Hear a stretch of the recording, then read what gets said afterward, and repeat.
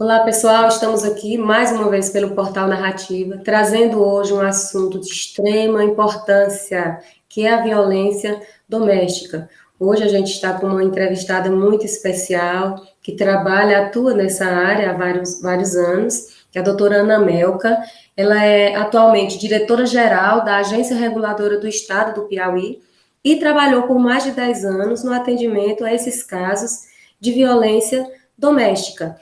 Então, hoje a gente vai tratar sobre isso, falar um pouquinho como se dá a caracterização da violência doméstica no estado do Piauí atualmente, especialmente em tempos de pandemia, em que esse problema se tornou mais grave ainda.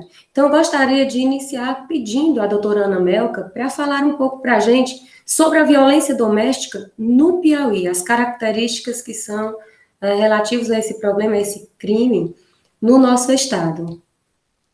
Bom, agradecer o convite e dizer que o Portal Narrativa está com uma temática, Marli, muito bem encaminhada, porque é importante a gente falar sobre violência contra a mulher e principalmente trazer esses conceitos basilares, né? Como a gente vai falar aqui da Lei Maria da Penha, principalmente para que as pessoas identifiquem o cenário de violência e se enquadram também em situações que precisam recorrer ao espectro policial, né? Buscar ajuda para a gente realmente conseguir refrear a violência. Saber que sempre há uma evolução nesse cenário. Quando a gente fala, eu hoje estou na diretoria geral da agência reguladora, mas a gente não consegue se afastar do ativismo que eu acho que toda mulher que, seja institucionalmente ou não, procura conhecer e defender esse enfrentamento à violência, né? Então, a questão de você identificar e conseguir buscar apoio também para essa mulher, através dos canais que a gente vai falar aqui ainda nessa entrevista, é muito importante. Principalmente na hora da identificação dessa violência, que geralmente começa com um relacionamento abusivo, um relacionamento nocivo, que, para quem não consegue perceber, né, para quem ainda tem aquele pensamento de que a Lei Maria da Penha só vai abarcar questões de violência física, lembrar que tem outras modalidades que são alcançadas, né? E que o cenário da violência ele é bem mais amplo do que o cenário do crime propriamente dito, que são aqueles tipos penais que a gente vê lá no nosso Código Penal, né? Matar, roubar, ameaçar. Para além disso, a violência muito mais ampla já se inicia num relacionamento abusivo. Então, quando a gente vai tratar da Lei Maria da Penha, nesse cenário da segurança e na rede, que a gente ouve essa mulher e tem que praticar essa escutativa. Estou falando isso porque quem for recepcionado em qualquer ambiente que seja da rede de atendimento à mulher em situação de violência, tem que perceber que aquele receptor, aquela pessoa que está ali para te receber naquela unidade, ela tem que parar e te ouvir. Porque essa escutativa é o principal ponto de partida para a gente conseguir fazer esse enfrentamento. Ela vai conseguir falar, se ela for bem acolhida, de várias peculiaridades ali, de várias características da vivência violenta que ela sofre, e isso faz com que a gente perceba exatamente essa evolução. Geralmente, esses casos de violência, eles começam na modalidade da violência psicológica, a promessa do mal injusto, ou da violência moral, ou as duas juntas. E a violência moral, eu tenho aí as adjetivações, os xingamentos, aquela colocação de alguma prática de fato pejorativo, você me trai, esse filho não é meu, né? Então, essas questões, elas são muito reportadas por quem é o agressor, por quem está agredindo aquela mulher, e elas terminam evoluindo para um puxão de cabelo, para um empurrão, para um beliscão, para um tapa. E se a gente fizer uma retrospectiva daquele cenário, a gente vai perceber que essa mulher ela começou a se afastar da família, ela começou a não decidir mais sobre a roupa que vestia, não decidir mais sobre as questões da própria vida, às vezes largou o trabalho, às vezes largou a escola, isso é uma causa muito forte também de evasão escolar, né? Quando a gente alcança aí o ensino médio, que é geralmente quando elas estão iniciando um relacionamento, e a gente sabe que em muitos casos essas mulheres estudam à noite, às vezes, né? Então, dependendo da modelagem ali do trabalho, infelizmente ainda é uma realidade ela ser cerceada desses aspectos. Então, quando a gente vai dialogar ou quando vai ouvir uma mulher em situação de violência, ou quando a gente está percebendo todo esse cenário, a gente já acende a luz vermelha. Porque a tendência é o descumprimento de uma dessas regras, a mulher um dia decidir se vestir da forma que ela quer, ou um dia enfrentar e dizer, eu vou sim seguir a minha escola, ou fazer o meu curso, enfim, quando ela começa a se autodeterminar, o castigo é justamente a prática do crime. E hoje, para mais que essa visão, a gente tem agora, recentemente, o Senado aprovando, né, foi encaminhado para a sanção presidencial, a última lei que abarcou a violência psicológica. Então, essas primeiras limitações, humilhações, submetimentos que essa mulher sofre no início do relacionamento já podem caracterizar esse tipo penal, né? Então já pode se inserir a Lei Maria da Penha. Quando é que se insere? Em que situações? Quando tem relação interpessoal. Então é preciso aí que o agressor ele tenha uma vivência com essa mulher na intimidade, ou que ele seja parente dela, seja da mesma família, mesmo que não more na mesma casa, ou que mesmo que ele não seja da mesma família, ele viva naquele ambiente doméstico. A lei traz até a figura do agregado, né? Que é exatamente aquela pessoa que vive no ambiente doméstico e, aproveitando-se dessa intimidade, pratica a violência. E, inclusive, tem alguns julgados que abarcam a mulher que é empregada doméstica, por exemplo, que é funcionária da casa, e que, por conta dessa relação de intimidade, também termina sofrendo uma agressão nessa perspectiva de gênero, por conta dessa relação interpessoal, a caracterização também, né, da possibilidade de enquadramento da Lei Maria da Penha. E nos casos de relacionamento afetivo, esteja ele acontecendo ou tenha ele acontecido.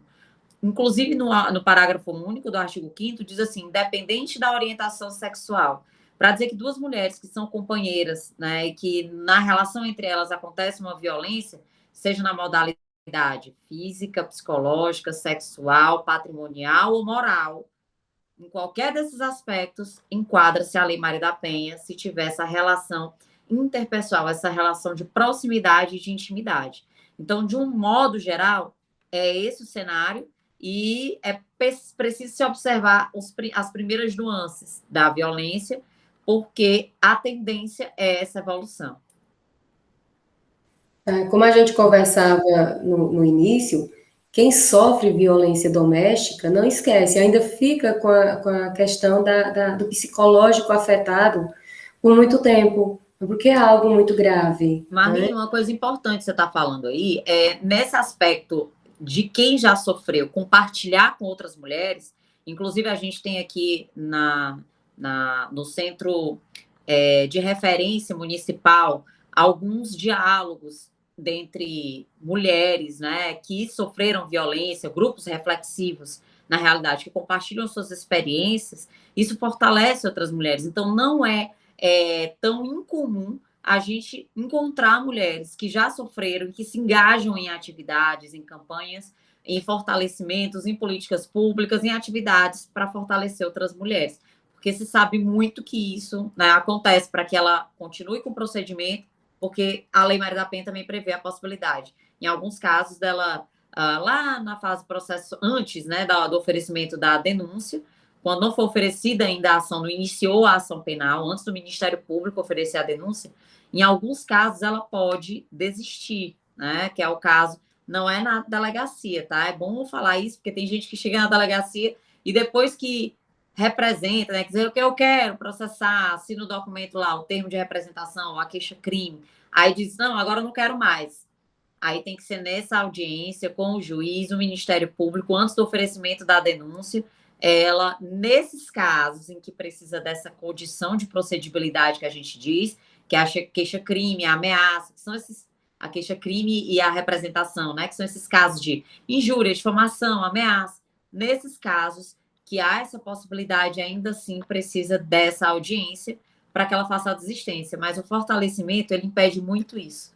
Então, é muito importante esse tipo de ação, da mulher sofrer, compartilhar a sua experiência e dizer, vai, nós estamos aqui para que você vá, porque muitas desistem no primeiro acolhimento, que é inadequado, viu?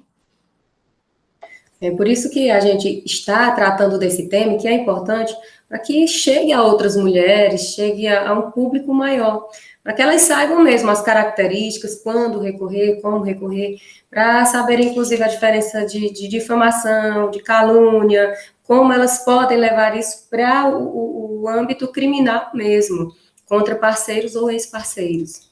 Exatamente. É importante perceber que se durante um desentendimento, que eu digo, sobre qualquer ponto de vista, né? Há um adjetivo pejorativo, né? O xingamento que a gente fala. A gente está diante de uma injúria. É crime, tá? Não é uma coisa simples, nem é briguinha de marido e mulher, não. Isso é crime. E já pode haver o desenvolvimento de um procedimento no âmbito da Lei Maria da Penha, desde que haja essa relação. Se há uma promessa de mal injusto, vou te matar, vou te bater, né? Vou destruir a tua vida. É uma ameaça, é crime. Se há esse tipo de fala,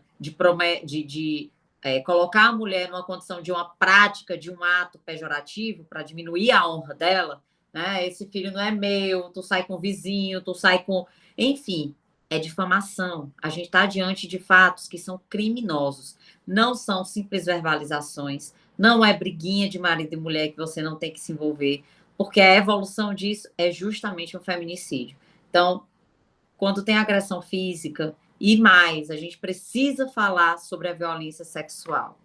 As mulheres, principalmente quanto menos orientação tem, mais acreditam que, por exemplo, numa relação que você vive em união estável, que você é casada, a contrapartida da sua parte ali na relação é manter esse envolvimento sexual, essa relação sexual, mesmo sem querer naquele dia, naquela noite ou naquele momento.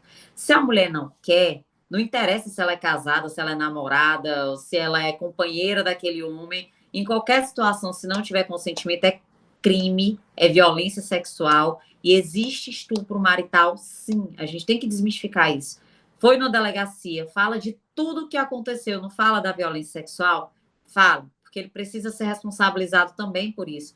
E muitas vezes a gente consegue, se tiver materialmente, que ser identificado através de perícia, né? Se teve o coito mesmo, se teve a penetração e ficou algum elemento que caracterizou aquele estupro, a gente consegue identificar dentro de 72 horas. Então, se você não fala na primeira vez que você tem o contato, né, de garantir essa informação e fala vários dias depois, você muitas vezes pode não permitir ali que no desenvolvimento do procedimento a gente identifique a materialidade, não que prescinda de laudo, não é necessário, fundamental o laudo. Tem casos de violência sexual que é com encoxamento, né, com beijo lascivo, não precisa da penetração, mas se ela houve, a gente consegue materializar com laudo, é bem melhor, para garantir que ele seja responsabilizado por esse ato. Isso, verdade. Aí seria, de fato, esse crime enquadrado na lei, já diferente da importunação, né? Então, assim, a importunação sexual, Marli, pode ser enquadrada na Lei Maria da Penha também. É uma lei que traz essas características mais superficiais, que não é o estupro, mas está no cenário da violência sexual, né? Está no cenário da violência sexual, que exatamente aquelas características do encoxamento, do beijo forçado. Agora, é mais comum a gente ver, que inclusive a gente popularmente nomina como assédio, né? A gente vê essas práticas naqueles casos em que não há um relacionamento, muito pelo contrário, é o primeiro contato e que já é forçado, né? Que já está ruim, já está fadado ao insucesso, né? Isso. Inclusive, depois... E a violência patrimonial, viu? É outro aspecto muito importante também. As mulheres, às vezes, não reconhecem que estão no cenário de violência patrimonial, trabalho, final do mês, não vê nem a cor do dinheiro, né? Ou então a gente está no cenário, e é muito comum a gente ver de um neto que mora com a avó, ou de um filho que mora com a mãe, e quando chega o período do pagamento ou da aposentadoria, né, de receber a aposentadoria, ele, usuário de droga, ameaça para pegar o dinheiro. Aquilo não é uma simples ameaça, é uma extorsão, está no cenário da violência patrimonial e também da violência psicológica. Inclusive, eu já até gostaria de estender outro convite para, em outra oportunidade, a gente tratar de estupro, assédio e importunação contra a mulher. Importantíssimo, porque o assédio sexual já tem essa conotação realmente que sai da esfera privada. Ela vai para o cenário público e é muito interessante a gente desmistificar esses 3 eixos que todos fazem parte dessa modalidade de violência sexual, né? Isso, então já estendo, deixo o convite para outra oportunidade. Tá? E aí a gente entra agora na questão do perfil da vítima e do agressor. Né? A gente, como você falou, tem essa questão tanto do companheiro. Muita gente atrela assim, a violência doméstica só a questão marital. E não é. A informação que você trouxe sobre a empregada doméstica é uma informação excelente. Muitos talvez não saibam que podem enquadrar, né, essas agressões na lei. E às vezes uma pessoa que mora na casa, né? Às vezes não vou nem colocar o primo distante, que você pode ainda dizer que está na conotação familiar, mas às vezes um amigo que ou uma pessoa que a mãe resolveu criar, por exemplo, mas aí também está na conotação de filho. Mas eu estou falando uma pessoa que vai morar na sua casa por alguma relação de amizade, né? E aí é aquele agregado que se fala, né? E ele vive naquele convívio com. Existe o sinônimo ali da intimidade, né? É interessante falar desse aspecto da intimidade, porque vários casos de feminicídio a gente percebe estrangulamento, a gente percebe essas marcas da agressão próxima. E ela é justamente pelo fato de ser garantido pela relação de intimidade, de confiança, essa proximidade.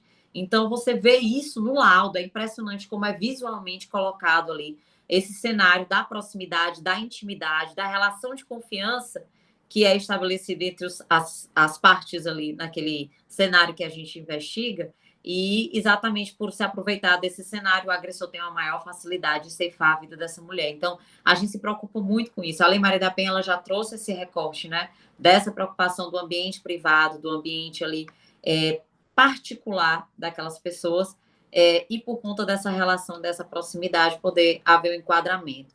Com relação a essa questão dos perfis, a gente não tem como delimitar absolutamente o perfil de quem pratica e quem sofre a violência, porque hoje eu acho que já se desmistificou muito essa perspectiva de que acontece só com pessoas X, Y, é claro. Quando a gente vai pegar os nossos dados, por exemplo, de feminicídio, que a gente já teve a oportunidade várias vezes de apresentar, inclusive de pensar, né, em políticas públicas no âmbito criminal, em razão desses dados que a gente recebe no anuário, que é apresentado pela Gerência de Estatística da Secretaria de Segurança, a gente vê que o perfil das vítimas, em sua grande maioria, são de mulheres pardas, é uma mulher madura, ela tem ali, pelo menos os últimos dados que foram divulgados, né, uma mulher que ela vai ter naquela média de mais de 30 anos, se você fizer a média, né, da idade, então, salvo engano, a última foi entre 30 e 59 anos, 33, 59 anos. Então, você vê que é uma mulher madura, na média de idades. Você tem um percentual da maior parte dos casos, no aspecto do feminicídio, eu falo, nesse ambiente íntimo, é dizer que evolui na prática de violência doméstica-familiar, porque na ótica do feminicídio a gente já abrange outras relações que não só a interpessoal, porque tem o íntimo e o não íntimo. Então, que essas práticas de violência contra a mulher são costumeiramente praticadas com instrumentos domésticos, né? Isso é muito interessante também de observar o fenômeno, porque há uma preocupação em quem faz esse enfrentamento de dizer não precisa a gente só pensar na perspectiva do uso de uma arma de fogo. Uma faca de cozinha, aquela mão de pilão, né? Vários instrumentos, chave de fenda. Inclusive, uma certa feita aí, fiz um registro de vários objetos apreendidos, inquéritos diferenciados, em uma das unidades especializadas que eu atuei, e toda vez que eu apresento essas imagens, as pessoas costumam olhar assim com uma certa meio espantados, né? Porque não imaginam que na prática realmente vidas são ceifadas ou ameaças são feitas, mas nesse ambiente doméstico com instrumentos que você encontra em qualquer lugar na casa, né? Então, quando você vai traçar esse perfil, você tem a possibilidade de encontrar em vários cenários, mas aqueles que chegam até a delegacia, né, muito costumeiramente, são aqueles que ou já desmistificaram, ou têm mais acesso, ou não tem tabus que prendam aquele alcance, né? É muito comum, infelizmente, a gente chegar em situações mais graves de violência para alcançar uma mulher que antes não esteve em delegacia ou que buscou qualquer meio para denunciar por questões de tabus sociais. Isso acontece muito, infelizmente, e principalmente porque a gente ainda vive a retórica do briga de marido e mulher, não se mete a colher. Eu odeio essa frase, eu odeio essa retórica, mas ela é uma realidade muito latente na nossa vida.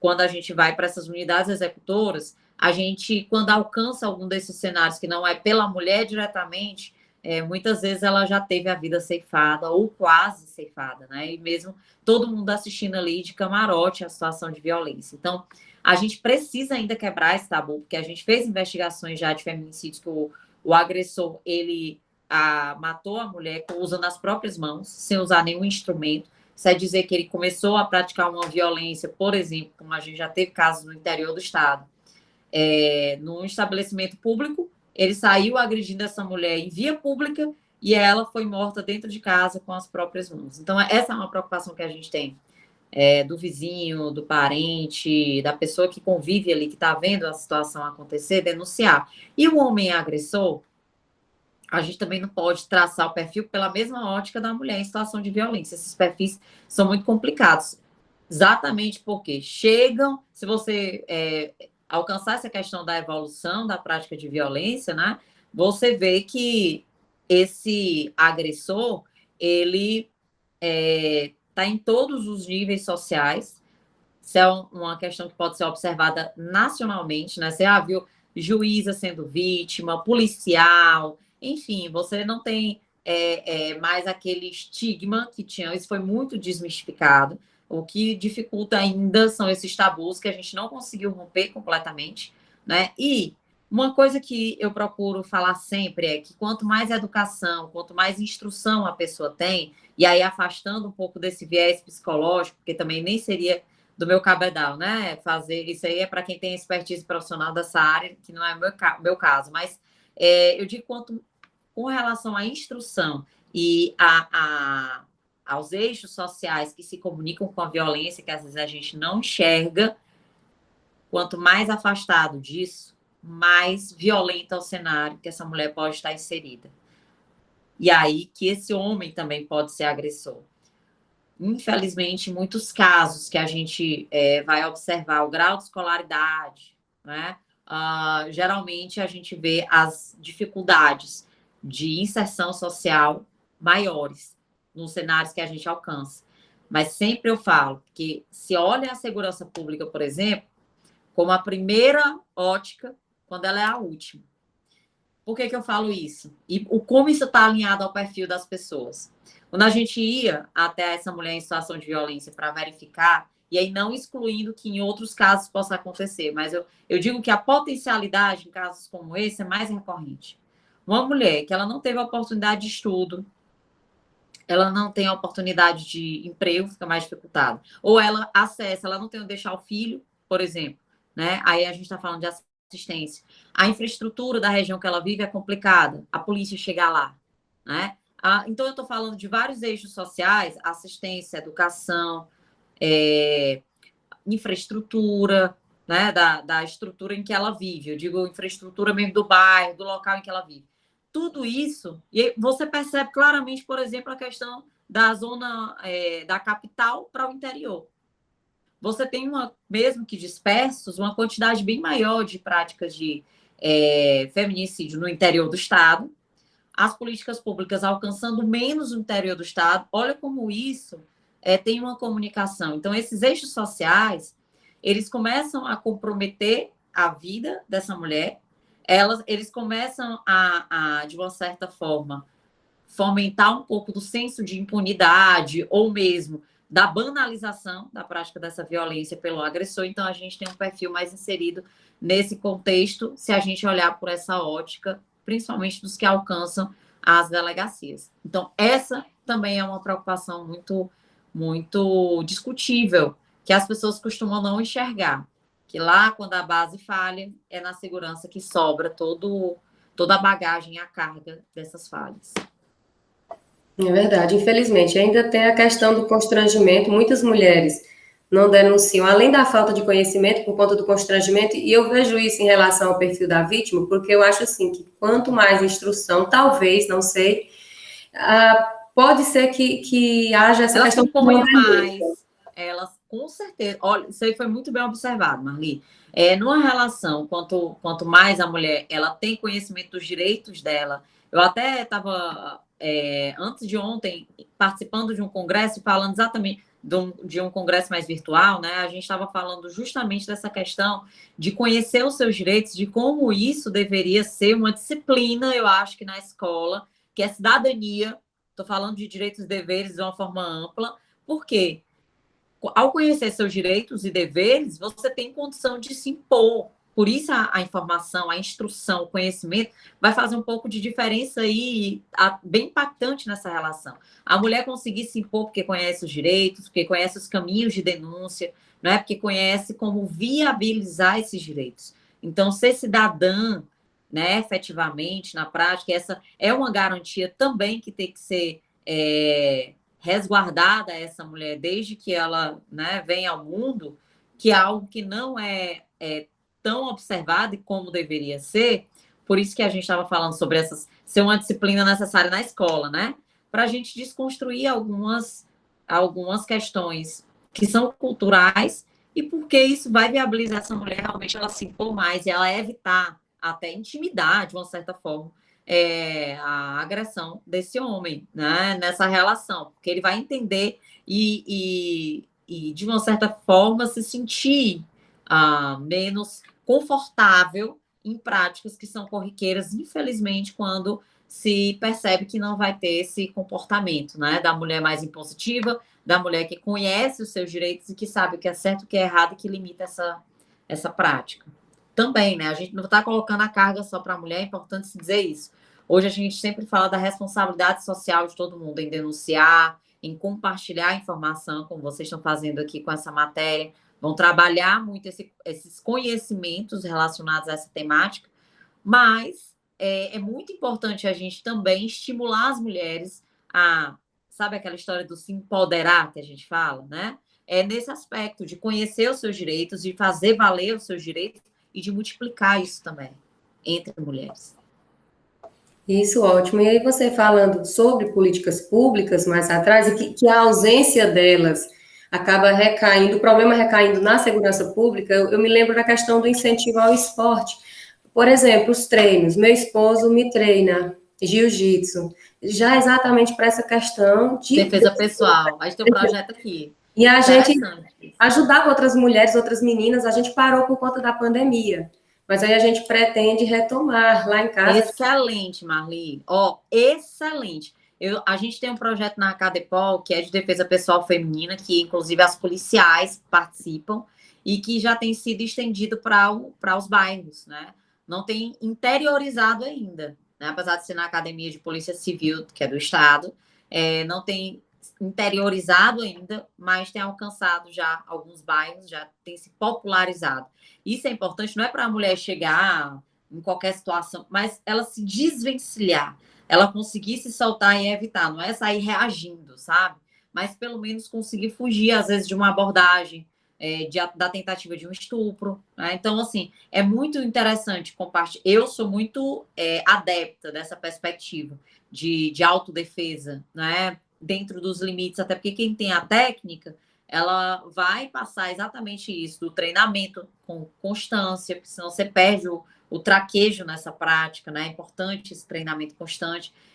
Por isso o projeto tem que ser fomentado com uma continuidade, né?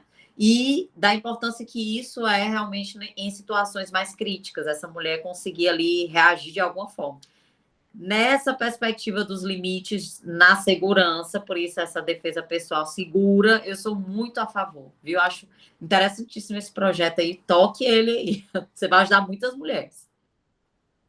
A gente pretende, assim que puder retomar, aí a gente vai. Com certeza é interessante, porque é mais difícil uma mulher que sabe se defender ser agredida. Não é que não vai acontecer, como você mesmo disse. Claro. É impossível. Mas às vezes se soltar, né? Eles ensinam muito essa coisa do se desvencilhar da abordagem ali, porque você com técnica, mesmo sendo mais fraco, às vezes consegue. É claro que ninguém está dizendo aqui para alguém que vai abordar armado. Enfim, tem até as técnicas, mas eu acho que a base desse projeto aqui, que eu acompanhei em vários bairros, né? As meninas desenvolvendo junto aos policiais também que participam, né? Eles trazem algumas formas realmente de se desvencilhar daquelas abordagens que acontecem costumeiramente, às vezes até em eventos, você participa, aqueles locais de tumulto, né, de uma grande aglomeração, então acontece de vir uma abordagem, uma puxada de cabelo, uma puxada de braço, então a mulher saber se defender, se desvencilhar nessa hora pode evitar uma evolução, com certeza. Importantíssimo. Isso.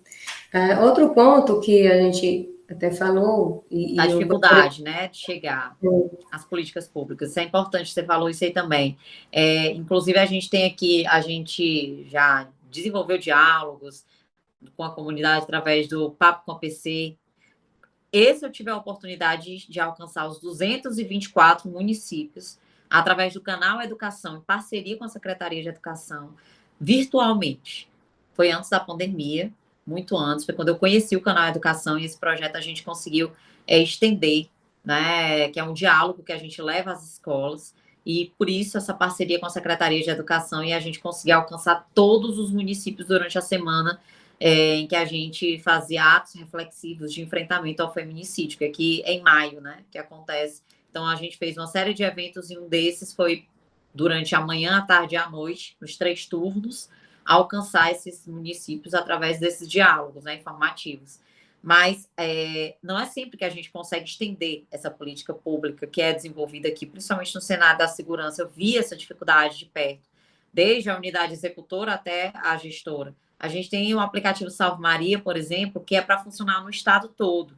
É um canal de comunicação de violência contra a mulher, que tem a possibilidade de georreferenciamento e que tem a possibilidade de denúncia, mas que nem todas as cidades, a central de monitoramento está funcionando em razão de um cadastro que é necessário que seja feito. E aí a gente tem tanto a da Polícia Civil, com o botão da denúncia, tendo que receber constantemente. Eu lembro da gente enviar lá pelo Departamento da Mulher uma série de ofícios para várias cidades do estado em que não havia o cadastro, mas para fazer essa imersão, porque se faz uma denúncia, é feita uma ordem de missão para verificação da procedência da informação. Isso significa nada mais, nada menos do que chegar na porta da casa da mulher, o policial bater e dizer, tá, é quase como se fosse uma busca ativa. Só não é uma busca ativa porque teve uma provocação ali no início. O ideal era que a gente tivesse isso, a busca ativa propriamente dita, né? Mas tem essa provocaçãozinha, às vezes não vem dela, às vezes vem do vizinho. E aí se ouvia muitas pessoas dizerem, mas eu não vou chamar, não. Eu não vou usar aplicativo, nem vou usar canal nenhum, porque quando chega, a polícia chega lá, ela nega mesmo. E aí a gente desmistifica falando, olha, o importante é a polícia chegar lá, principalmente se é uma situação de flagrante, né? Que você pode ligar o 90, que é para funcionar também no estado todo, ou o botão do pânico, que eu também não sei se na cidade paulistana a Polícia Militar cadastrou. É preciso que eles se atualizem nesses cadastros para viabilizar o funcionamento da política pública. Você entende? Eu sempre falo, a lei não é nada se ela não for pensada através de modalidades de ações afirmativas que corroborem com essa ação afirmativa maior que é a própria lei, né? Então, você tem que pensar em políticas de efetivação dessa lei, para garantir a efetividade dessa lei, melhor falando, né? Você tem aqui uma questão, por exemplo, da medida protetiva, que é prevista na Lei Maria da Penha, que é um cerceamento de liberdade do agressor sem encarceramento, né? Você dizer, não pode se aproximar dessa mulher, não pode entrar em contato com ela, não pode. São essas limitações. Dependendo do caso concreto, porque elas não são taxativas na lei, o juiz pode determinar uma medida específica para aquele caso.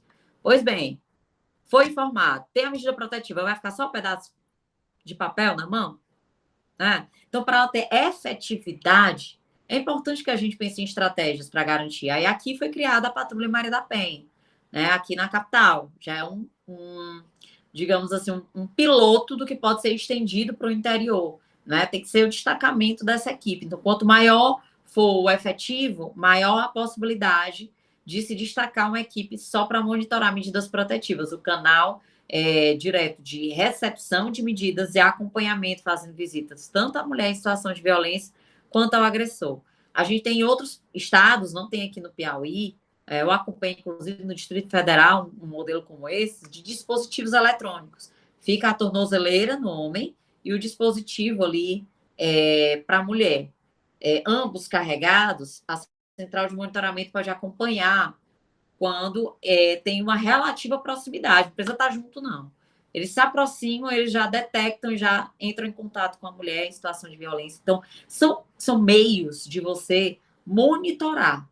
E isso garante uma efetividade maior da lei. Né? Essa é a preocupação que se tem também nesse aspecto de garantir essa efetividade. Então, a gente tem aqui a patrulha, que já é uma atividade que também é desenvolvida em Parnaíba, mas através do GAESim, que também monitora essas medidas protetivas. E a gente tem aqui a possibilidade de fazer essas denúncias que era para estar estendido para o interior do estado, através do aplicativo, que basta realmente uma efetivação desse cadastro a partir, na realidade, tem que ser habilitado, né? Tanto pela Polícia Civil quanto a Polícia Militar local. Mas ele tem a extensão de oportunizar essa denúncia por qualquer pessoa. E mesmo quando você usa o aplicativo, eu vou até alertar isso, né? Você usa em paulistano o aplicativo, a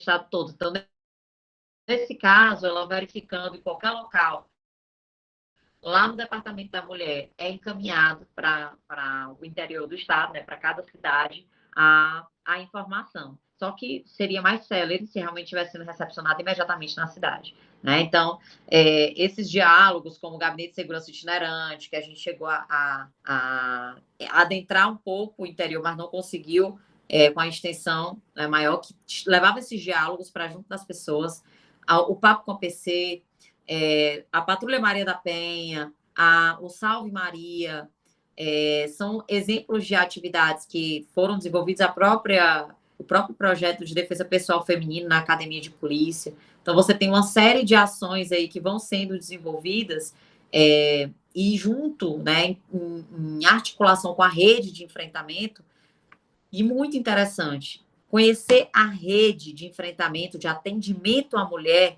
enfrentamento à violência, né, ou de atendimento à mulher local. Porque, às vezes, na cidade que você mora, tem um centro de referência, às vezes não tem a Secretaria de Política para as Mulheres, às vezes não tem, mas tem a Secretaria de Assistência que trabalha com essa pauta, tem ou não tem Delegacia da Mulher. Então, essas questões também têm que ser levadas à tona. E quem tem a movimentação, e eu digo, inclusive, política, de levar essas necessidades para os eixos centrais, né, é importante. A segurança pública ela é estadual. Então, alguns lapsos, algumas brechas que se sente nesse atendimento, no âmbito do cenário da segurança, pode ser provocado por movimentações de movimento de mulheres, de eixos políticos, da própria sociedade civil organizada, de quem desenvolve projetos, para que seja uma exigência da efetividade também dessa política pública do interior, porque ela faz diferença, viu? Só o aplicativo Salve Maria, eu vou te dizer que, né? E hoje também a gente tem o BO eletrônico, né? Você, em qualquer local do estado, se tem a disponibilidade de internet, pode acessar através do site www.pc.pi.gov.br e fazer um registro de ocorrência pela delegacia eletrônica, que tem lá disponibilizada no link, que é o site institucional da Polícia Civil, esse que eu acabei de falar. Você faz o registro da ocorrência, não os casos que precisem de perícia, porque aí sim tem que ter uma requisição na unidade, mas casos como ameaça, difamação, injúria, então você pode fazer. E lembro que na época da virada de chave, na pandemia, da mudança dessas estruturas, que a gente percebeu, né, um aumento que foi informado pelos dados nacionais, inclusive, mas a gente percebeu aqui no estado uma queda no registro de ocorrência, no estado do Piauí, uma queda brutal nesses registros. E aí uma preocupação, se havia mais convivência, se pensou na possibilidade de aumento dessa violência. E os dados apontando uma queda, tem alguma coisa errada com isso. O aplicativo Salve Maria foi o grande termômetro aqui, porque a gente teve um aumento chegou a cerca de 30% nessa virada. Aumento de denúncias pela internet. então, pelo aplicativo.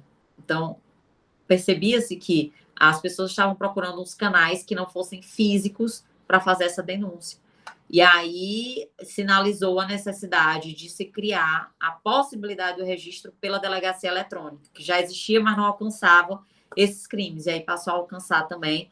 E a medida protetiva passou também a ser viabilizada através da delegacia eletrônica, de modo virtual, sem sair de casa. Inclusive, essa era uma questão que eu gostaria mesmo de saber, porque aqui no interior a gente não tem, aqui em Paulistana não tem a delegacia especializada. Não que eu saiba, assim, não temos políticas públicas direcionadas à mulher, inclusive politicamente falando, nós não temos representatividade feminina, poucos movimentos nesse sentido. O Instituto Federal, que é onde eu trabalho, inclusive eu trabalho com projetos nesse sentido. Terminamos um projeto de pesquisa recente sobre a conscientização acerca da violência doméstica. O Instituto Federal também disponibilizou curso, através de alguns professores, de autodefesa. Então, assim, mas são iniciativas muito... individuais e pontuais. Isso, ainda. E aí, como você disse, para ter efetividade na lei, tem que haver política pública mais consistente, tem que haver mesmo essa efetivação, porque senão a lei não adianta. Né? Exatamente, perfeitamente colocado. Eu sempre falo isso. Quando se fala muito, vamos alterar, vamos dar efetividade aos instrumentos que a gente tem. E aí, para falar em dar efetividade aos instrumentos, que a gente tem medida protetiva e tudo, com relação a essa questão dessas políticas públicas, é a gente também verificar, a gente tem que ser muito fiscal, como cidadão mesmo, né? Como uma pessoa de consciência política, consciência social, independente de onde você atue, né? Se você tem minimamente essa noção, você de como ser cidadão e como instigar isso nas outras pessoas, você gera um movimento. E esse movimento, por menor que seja, que você fala, ele tem uma tendência muito grande de se alargar, porque as pessoas começam a clarear a mente quando a gente compartilha informação, né? E às vezes isso é muito mais da gente, enquanto cidadão, do que a gente esperar muito dessa movimentação política, porque às vezes essa consciência política não é tão interessante, né? Tem que ter muita boa vontade e boa fé para você fazer esse estímulo dessa consciência política. E é muito importante, enquanto cidadão, você saber o que eu tenho aqui de estrutura de atendimento à mulher na minha cidade, né? Que eu posso recorrer. Como é que eu posso fazer o caminho desse fluxo? Né? Porque aqui em Teresina a gente já tem esse fluxo aumentado. Mas o que tem na capital, que é do estado, que tem que ser estendido? Agora mesmo a gente está falando sobre essa questão do aplicativo, ser uma necessidade, por exemplo, de se verificar se as polícias locais elas estão alcançando essa política, que é desde 2017. 2017. É um contato simples com a ATI, que viabiliza a ativação desse... A ATI é a nossa agência de tecnologia de informação do Estado. Então, um contato da unidade policial com a ATI já viabiliza que, por exemplo, o aplicativo esteja efetivo na cidade e que garanta o monitoramento dessas informações que podem ser feitas por quaisquer pessoas sem se identificarem. Elas podem acessar o aplicativo e denunciar sem se identificar completamente. Ela precisa dizer o endereço que está acontecendo o fato, mas não precisa se identificar. É sigiloso, né? E o 180, que é um programa nacional, é para funcionar em qualquer local. O 190, que é onde a gente aciona a polícia militar. No aplicativo Salve Maria, você tem o botão da denúncia e o botão do pânico, lembrando isso, né? Então, tanto a polícia militar tem que estar habilitada, quanto a polícia civil a acessar a plataforma e monitorar as denúncias que chegam, né? E você tem também a delegacia eletrônica, que é para estar no estado todo. Então, esses vieses colocados aqui, tanto de números de telefone, quanto de aplicativo, quanto de e-mails, através desses dispositivos de informática, né? Você tem a possibilidade no estado todo de utilizar. Estou falando para ti aqui, ó, de 5 meios de denúncia. 180, 190, aplicativo Salve Maria com a denúncia, o botão da denúncia, o botão do pânico e o BO eletrônico. São meios, sem sair de casa, de acesso no estado inteiro. Né? Na realidade, alguns no país inteiro, como é o caso do 180, no país inteiro. Então, Imagine que a gente pode estar diante de um cenário de práticas que eram para estar efetivadas no nosso estado, porque inteiro, né? E que precisa realmente desse ativismo para, às vezes, provocar só a implantação, né? Exigência mesmo. Com relação a essas organizações, eu sempre falo da importância que se tem o movimento de mulheres, e aí eu já estou te colocando nesse ativismo, viu, Marli? De conscientizar outras mulheres e sair buscando essas instituições, secretarias municipais, que às vezes não tem a Secretaria da Mulher, mas tem uma coordenadoria ou tem uma Secretaria de Assistência Social que viabiliza o trabalho com essa pauta. Então, ter esse movimento, diz, olha, a gente pode ter acesso a esses canais aqui, vamos garantir que eles estejam funcionando? Vamos provocar, por exemplo, a Câmara Municipal para desenvolver aqui uma audiência pública para que a gente poder exigir esses direitos que são nossos, porque segurança é uma questão de Estado, e se tem políticas que são para alcançar a gente, porque o que está acontecendo que não está alcançando? Quando a gente desenvolveu o Plano Estadual de Segurança Pública, infelizmente não. Ah, não, eu estive em Paulistana. Eu estive em Paulistana também. Eu fiquei responsável pelo eixo que trabalhava a prevenção social do crime. Então, a gente trabalhava muito essa ótica dentro desse plano, nas plenárias que foram feitas. Viajamos o estado todo, indo a cidades de cada região, né, que é desenvolvido o Estado, através da Secretaria de Planejamento também, em parceria com a Secretaria de Segurança, e nessa oportunidade de imersão direta, que eram espécies de audiências públicas, né, mas que a gente dividiu ali em salas, nessa em especial que eu coordenava, eu percebia que havia uma ansiedade muito grande da população, em vários locais que a gente andou, da Delegacia Especializada de Atendimento à Mulher. Todos colocavam isso. A gente precisa de um atendimento diferenciado, um atendimento humanizado. Isso é muito importante. Mas a gente tem que, para além da questão de exigir uma delegacia da mulher, que às vezes é uma realidade que pode demorar a acontecer, em razão da estrutura física, da estrutura humana, né, dessas unidades, e destacar esse policiamento às vezes pode ser complicado, mas a gente tem que exigir que a equipe policial que atua em cada uma dessas cidades, eles realmente tenham condições de colocar lentes de gênero na hora do atendimento dessas demandas, que eles tenham a habilidade de praticar a escutativa, o atendimento e acolhimento humanizado, sem preconceitos, com todas aquelas normas de padronização que as próprias delegacias da mulher trazem, mas que podem ser apropriados por quaisquer policiais. Inclusive, a gente, na nossa grade curricular na Academia de Polícia, para a formação dos policiais que vão adentrar esse universo, desde o curso de formação passado, né, acho que foi em 2016, salvo engano, foi inserida a temática da violência de gênero como uma disciplina. Para quê? Para a gente fazer esse treinamento do policial, desde que ele entra, da importância dele ter esse olhar e esse acolhimento para garantir que essa mulher fale. É muito difícil falar de violência, é muito difícil falar da violência em todos os aspectos, sexual, principalmente. Aí a mulher tem que se sujeitar a uma situação em que ela tem que falar para uma pessoa estranha já, né? Que aí é até uma delegacia.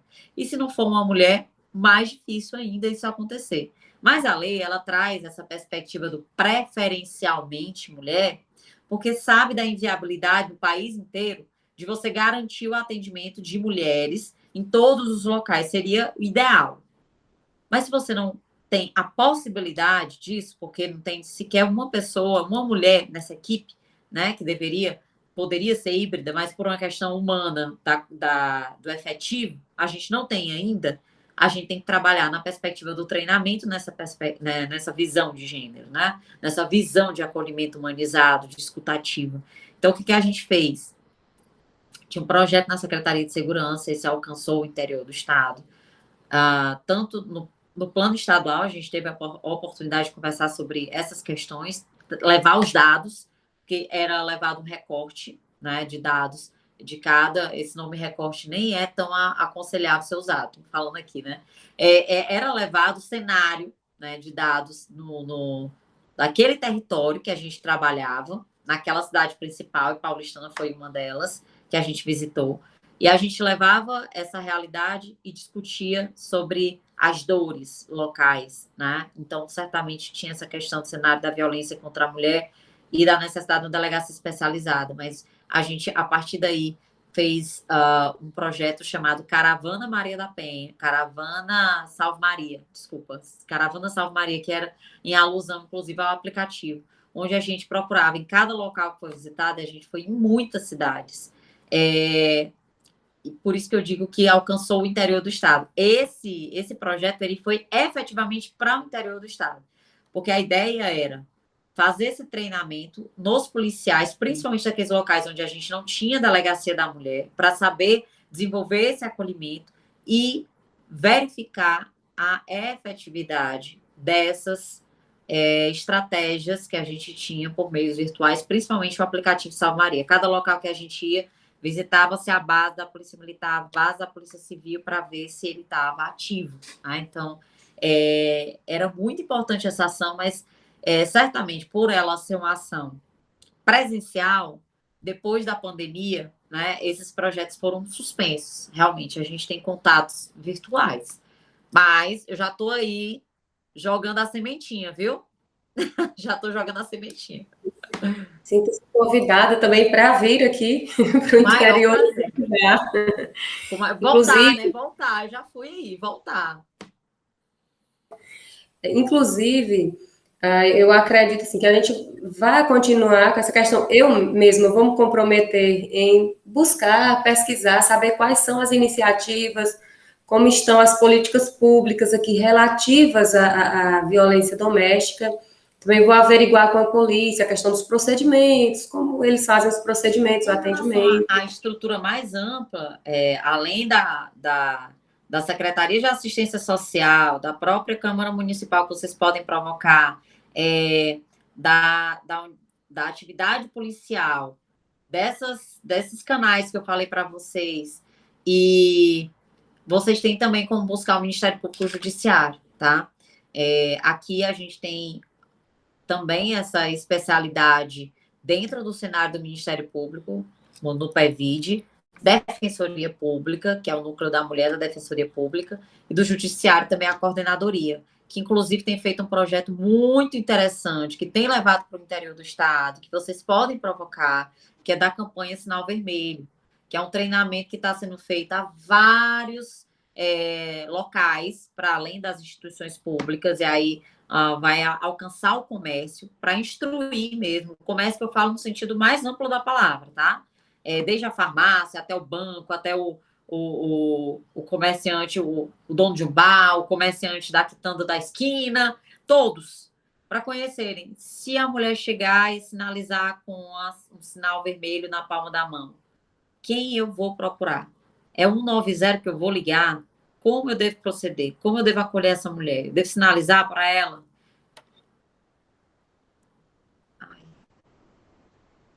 Acho que a bateria aqui.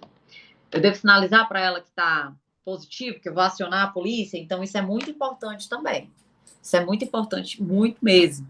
Muito necessário que seja feito. Então, a coordenadoria, ela funciona aqui no TJ, mas ela dá esse apoio também. A coordenadoria que eu falo, tem a coordenadoria também estadual de política para as mulheres, que já faz parte do estado, que também pode ser buscada. Tá vendo aí, né? O leque de pessoas que podem ajudar na formatação e na efetivação de políticas públicas locais. Às vezes a gente não tem o canal de comunicação, mas todas elas funcionam. Isso são informações excelentes, que a gente não tinha muitas dessas informações. E aí, com certeza, elas vão nos ajudar a buscar essas informações para poder montar algum tipo de campanha, de material. Criar as pontes, né? Criar as pontes. Isso. O que é muito interessante, já que a gente está tão distante da capital. Isso. Muito longe. Então, assim... Nós estamos calor. Estava descarregando, Marli, me perdoa aí. Não, sem problema. Então, assim, eu quero agradecer de verdade essa conversa que a gente teve, muito interessante, muito importante, super pertinente para esse momento, principalmente, como você falou, o convívio, a pandemia, ela intensificou a violência doméstica, com certeza, né? E aí a gente fica na dúvida de como fazer essas denúncias se a gente não tem os canais físicos.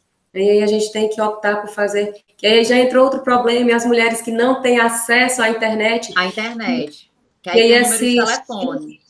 Tem esse esse número de símbolo telefone. vermelho na mão já ajuda. Foi outro viés também, né? São alternativas que são criadas.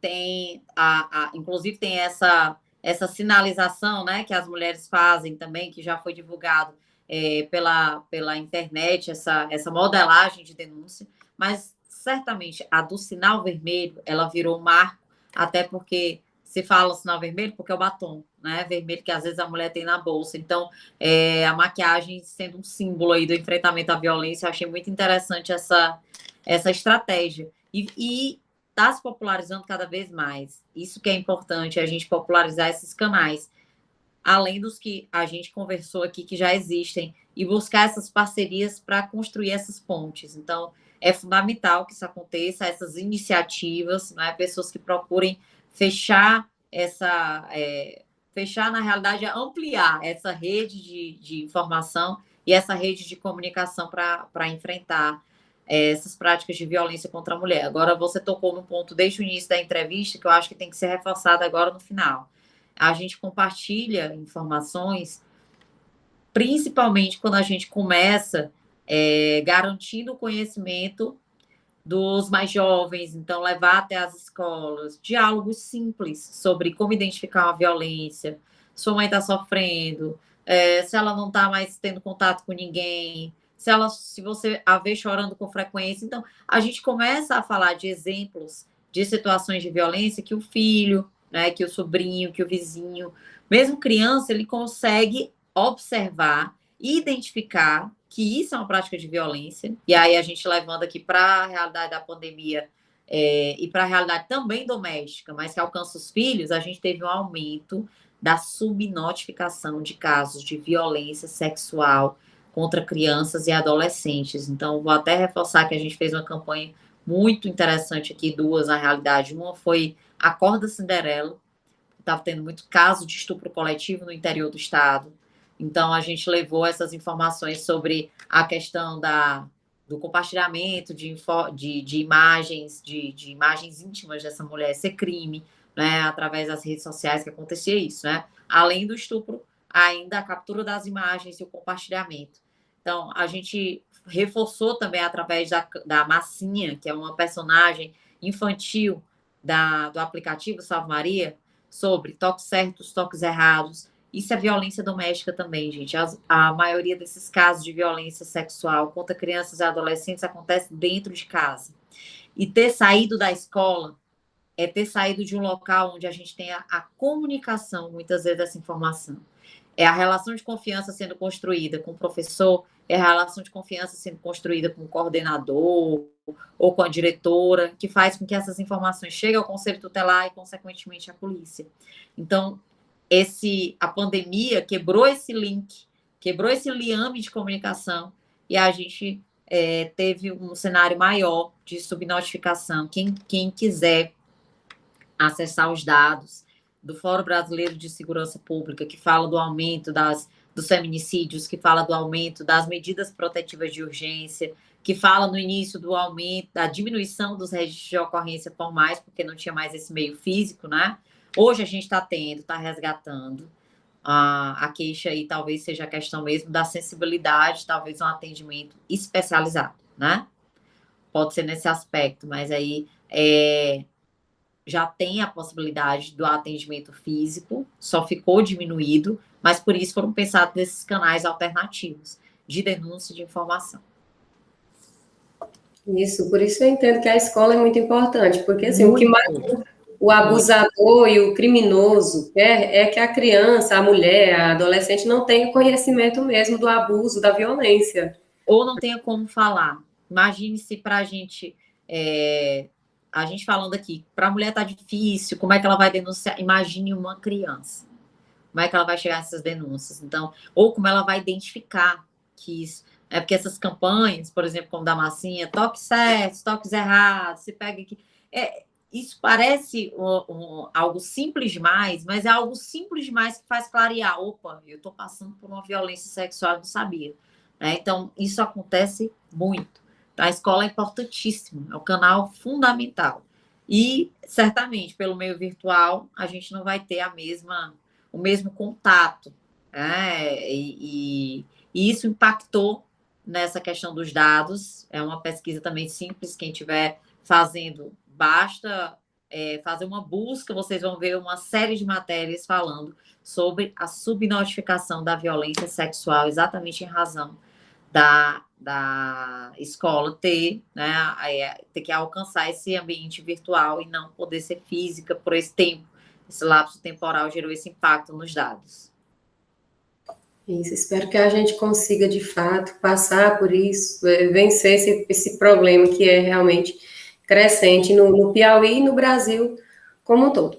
Então, doutora, eu gostaria de agradecer sua fala, todas as informações, como eu disse, vou falar novamente, estendo o convite para que a gente trate de outros assuntos no âmbito criminal mesmo, relacionados à mulher, né? Mais à frente a gente vai tratar do próprio assédio, da importunação, fazer essa diferença, né? E, assim, e agradecer por essas informações, porque como a gente está no interior, é mais difícil essa denúncia, é mais difícil a própria consciência da mulher enquanto vítima. E aí, como eu sei que o portal Narrativa chega a muita gente, a muitas mulheres assistem, muitas alunas minhas, com certeza, também assistem, então é uma forma de elas terem conhecimento e perceberem se estão ou não sofrendo violência e como recorrer, que eu acredito que é um dos principais problemas. Muita gente tem a consciência da violência, mas não sabe como denunciar. Então, eu agradeço, espero que a gente possa conversar outras vezes. E, assim, parabéns pelo seu trabalho no Piauí, parabéns pela sua atuação. Eu realmente fico muito feliz quando eu vejo uma mulher atuando em prol de mulheres, aquilo que você disse. Né? E agradeço. Obrigada, eu agradeço o convite, parabenizo a iniciativa e parabenizo duplamente, porque já vi que você tem essa chama do ativismo que tem que ser interpretado exatamente dessa forma, com consciência política, consciência social e multiplicar informação. Então, parabéns pelos projetos que você tem implantado aí junto ao IFP e a todas que fazem parte desse movimento. E dos homens também que encampam juntos. Eu sempre falo, a gente não está aqui para gerar um apartheid entre homens e mulheres, não, muito pelo contrário, a gente tem que trazê-los também para, junto com o nosso movimento de mulheres, fazer com que a gente equilibre essa balança, porque nada mais do que isso que a gente quer. Isonomia, equilíbrio e justiça para todos, né? Isso, verdade. Muitíssimo obrigada. Agradeço a todos por estarem conosco aqui no Portal Narrativa também. Certamente outras vezes teremos outras conversas. E obrigada, tá? Obrigada, que agradeço. Tchau, tchau. Tá, um abraço para todo mundo em Paulistana aí. Volta em breve. Abraço. Tchau.